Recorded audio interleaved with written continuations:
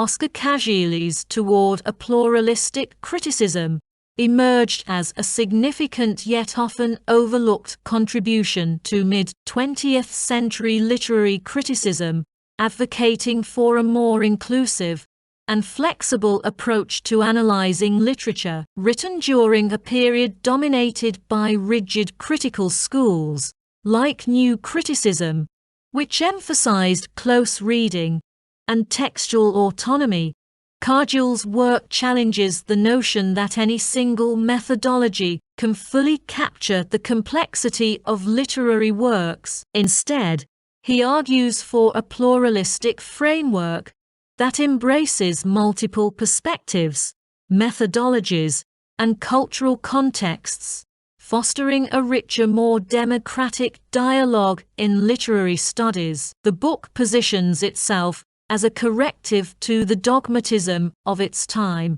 urging critics to move beyond partisan battles between competing schools, such as formalism, historicism, or psychoanalytic criticism, and to recognize the value of diverse interpretive lenses. Cargill begins by critiquing the limitations of dominant critical paradigms of the mid-20th century. New Criticism, with its focus on the text as a self-contained artifact, had become the orthodoxy in academia, sidelining approaches that considered historical context, authorial intent, or reader response. While acknowledging New Criticism's rigor in unpacking literary form and structure, Cargill argues that its insistence on isolating the text from external factors leads to a narrow, incomplete understanding of literature. He similarly questions the absolutism of other schools,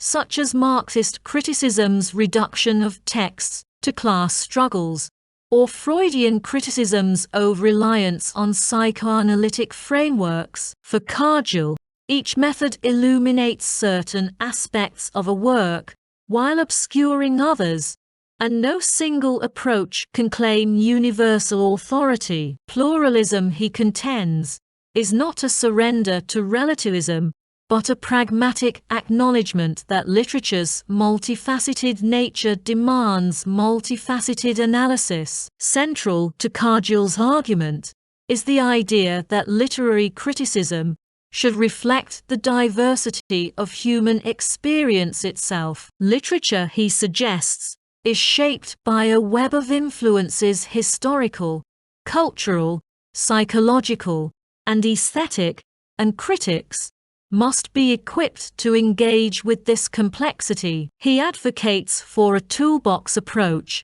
where critics selectively apply methods based on the demands of the text. For instance, a historical novel might benefit from contextual analysis of its era, while a surrealist poem might require attention to symbolic or psychological layers. This flexibility, Cargill insists, does not dilute critical rigor, but enhances it, allowing for a more holistic appreciation of a work's themes, craft, and cultural resonance. He illustrates this with examples ranging from Shakespearean drama to modernist poetry, showing how different lenses reveal different dimensions of meaning. A key theme in Toward a Pluralistic Criticism is the relationship between criticism and democracy. Cargill draws a parallel between pluralism in literary analysis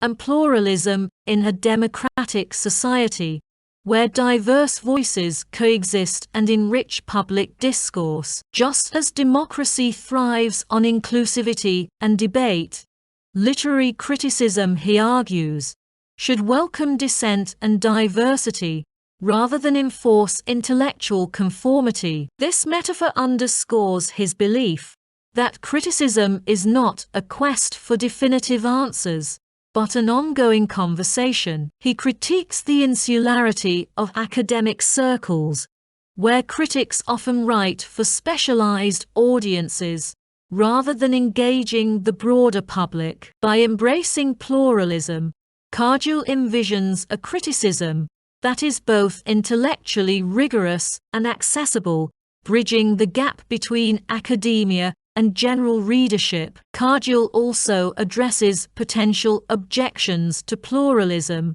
particularly the fear that it might lead to critical anarchy or a lack of standards. He counters this by emphasizing that pluralism does not mean abandoning discernment or embracing anything goes relativism. Instead, it requires critics to be transparent about their methodological choices and to justify their interpretations through reasoned argument. For example, a pluralistic critic might combine biographical analysis with formalist close reading to explore how an author's life experiences influence their stylistic choices, provided the connections are logically supported. Cargill stresses that pluralism demands greater discipline, as critics must navigate multiple frameworks without succumbing to superficiality or contradiction. The book's later chapters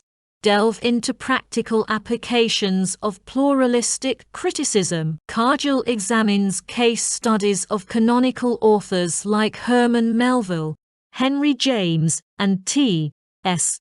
Eliot, demonstrating how different critical approaches, historical, psychological, mythic, can coexist and complement one another. In analyzing Melville's Moby Dick, for instance, he shows how a Marxist reading might highlight themes of labor and exploitation aboard the Pequod, while a psychoanalytic lens could unpack Hab's obsession as a manifestation of existential dread. Rather than treating these interpretations as mutually exclusive, Cargill argues, they collectively deepen our understanding of the novel's richness. He also explores how pluralism can resolve critical controversies, such as debates over authorial intention, by allowing for multiple valid interpretations that coexist within the text's interpretive field. Though Cargill's work predates the rise of postmodernism and cultural studies, his arguments anticipate later developments in literary theory. His call for inclusivity resonates with postmodern critiques of grand narratives and with interdisciplinary trends that blend literary analysis with history, sociology, and philosophy. However, Cargill remains rooted in a humanist tradition, valuing literature as a reflection of universal human concerns, rather than solely as a site of ideological critique. This balance between openness and coherence distinguishes his pluralism from the more radical relativism of later post-structuralist thought. Toward a Pluralistic Criticism concludes with a reflection on the ethical responsibilities of the critic. Cargill argues that critics have a duty to nurture empathy and intellectual curiosity,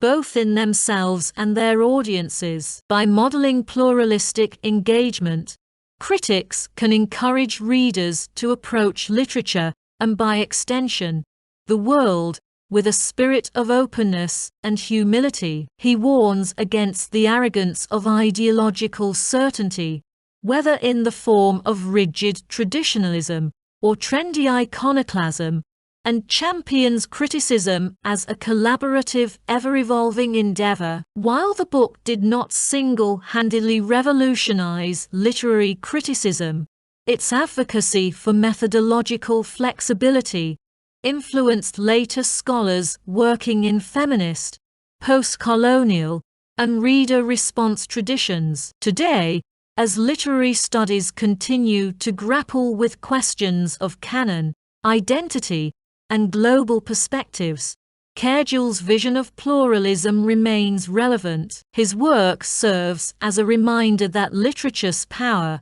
lies in its ability to provoke diverse interpretations, and that criticism, at its best, should mirror this richness, rather than constrain it. In an age of polarized discourse, Toward a Pluralistic Criticism offers a timely plea for intellectual generosity, a call to approach art and each other with both rigor and respect.